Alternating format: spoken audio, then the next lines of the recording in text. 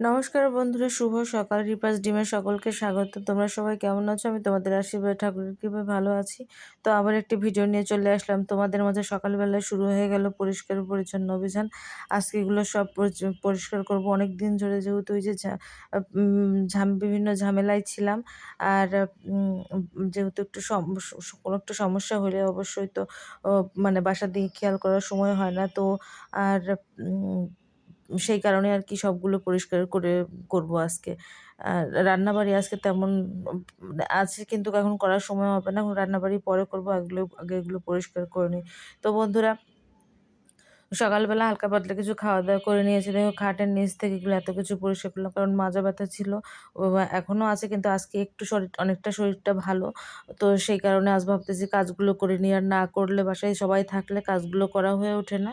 তো ভাবতেছি আজকে এখন করে নিই। তো ওগুলো সব ঝেড়ে নিলাম, নিয়ে একটা কাপড় পেতে নিলাম। কারণ পায়ে নোংরা আছে, বিছানা তোশকের উপর উঠলে আবার নোংরা হয়ে যাবে। সে কারণে একটা কাপড় ওগুলো ধুতেই হবে। সেটার উপর পা দিয়ে উঠে আরকি জানালাগুলো মুছে নিচ্ছি। জানালা থেকে শুরু করে ফ্যান-ট্যান, খাট, সকল কিছু যা কিছু ছিল সবই পরিষ্কার করতেছি।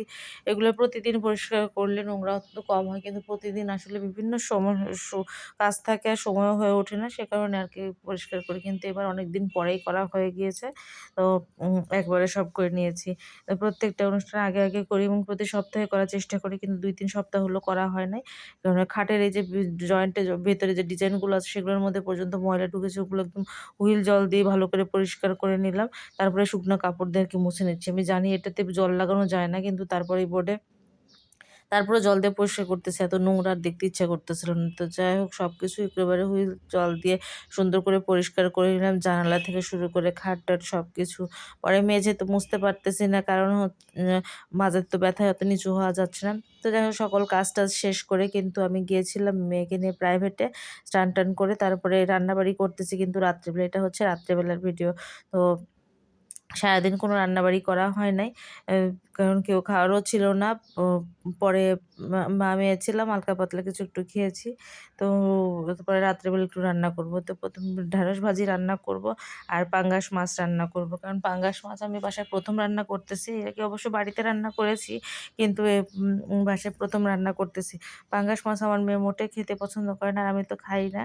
তো তারপরেও আজকে ভাবতেছি একটু রান্না করলে, মেয়ে খায় না। কিন্তু সে খাওয়ার সময় অনেক ঝামেলা করলো। ও ঠিকমতো খাওয়া-দাওয়া করল না। তো ১ম এ আমি ঢেঁড়সগুলো কেটে নিলাম, নিয়ে ঢেঁড়সগুলো ভেজে নিলাম। এই যে দেখতো পাঙ্গাস মাছ আলু দিয়ে রান্না করব। তো কিছু আলু চুলানো ছিল, কিছু চুলানো নেই। তোমার দাদা যেহেতু করে দিয়েছে, ওটা আর চুলাতেই বলতেছে আর ভালো লাগতেছে না। তো যাই হোক, ও আমার জন্য কয়েকটা চুলায় রাখছে, আলু চুলাইছে, আর বাকিগুলো চুলায় নাই। তো আমি আবার একটু দেখো ওই যে বেশি করে পেঁয়াজের আর হচ্ছে জিরার ফোড়ন দিলাম, আর দারচিনিও দিয়েছি। দিয়ে আরকি রসুন দিয়েছি। দিয়ে দেখো তরকারিগুলো সুন্দর করে অনেকটা কষায় খুব বেশি ঝোল রাখবো না, সামান্য পরিমাণ ঝোল রাখবো। তো এই কারণে আরকি আ উম ঝোলটা দেখতেই পাচ্ছ, এই যে খুব বেশি ঝোল রাখিনি। এই তো মোটামুটি অবস্থা। তো এটা হচ্ছে রাতের খাওয়া। রাত দুপুর সব মিলে রান্না হইলো। তো আর ঢেঁড়স ভাজি আর মাছের ঝোলটা, পাঙ্গাস মাছের ঝোল দিয়ে রাতের খাওয়া-দাওয়া। তো সবাই মিলে আমরা তো ভাত তো করেছি, কিন্তু সেই দুপুরবেলা এখন আর খাওয়া-দাওয়াই হয়নি। তো সবাই মিলে খাওয়া-দাওয়া করে নিলাম। করে নেওয়ার পর একটু ফ্রেশ হওয়ার আগে এই যে রান্নাঘরটা একটু পরিষ্কার করে নিলাম।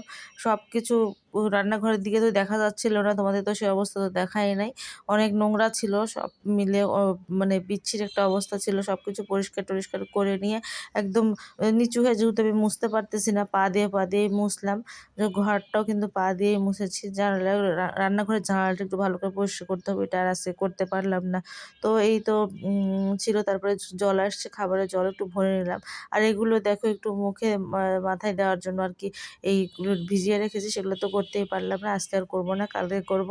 আর এগুলো দেখো, এই বোতল ২ টা কালকে পরিষ্কার করতে হবে, গাছ লাগানো ছিল। আর রাতের খাবারও যেহেতু রাতে রান্না করেছি, তরকারি তো কিছু ছিল ডাইনিং এ, তো ওখানে উঠায় রেখেছি, সেই কারণে এখানেই রাখতেছি। আর তো এই তো আর কি কিছু কাপড়ও ভিজাইলাম যে কালকে ওগুলো কাচার জন্য, কারণ সব কাপড় জমা হয়ে গিয়েছে অনেকগুলো। তো এগুলো থেকে বালিশের বিছানার চাদর থেকে পর্দা-টর্দা সবই ভিজায় রাখছি। সকালবেলা কাচতে হবে। তো দেখো সবাই মিলে কিন্তু শুয়ে পড়ছে, যে দেখো তোমার দাদাও শুয়ে পড়ছে। মেয়ে পড়তেছিল আর সোহাগও শুয়ে পড়ছে। এই যে মেয়ে একটু বসে, বসে পড়তেছিল আর মানে পড়তেছিল না, এখন লিখতেছিল আর কি উপর হয়ে আ বসে হয়েছিল। তো এই তো ছিল বন্ধুরা, তারপরে আমি ফ্রেশ-ট্রেশ হয়ে আসলাম। এসে মেয়ের কিছু নোট করার ছিল সেগুলো করে দিলাম। তো বন্ধুরা এই তো ছিল ছোট্ট একটা ভিডিও। ভিডিওটা ভালো লাগলে অবশ্যই লাইক, কমেন্ট করে দিও। আর ভিডিওর কোথাও ভুল ত্রুটি হইলে অবশ্যই ক্ষমা সুন্দর দৃষ্টিতে দেখো। ভয়েস দেওয়ার সময় কিছু মাইকের আওয়াজ হচ্ছিল, সেটাও যেতে পারে। তো ঠিক আছে বন্ধুরা, সবাই সুস্থ থাকো, ভালো থেকো। সকলকে শুভরাত্রি।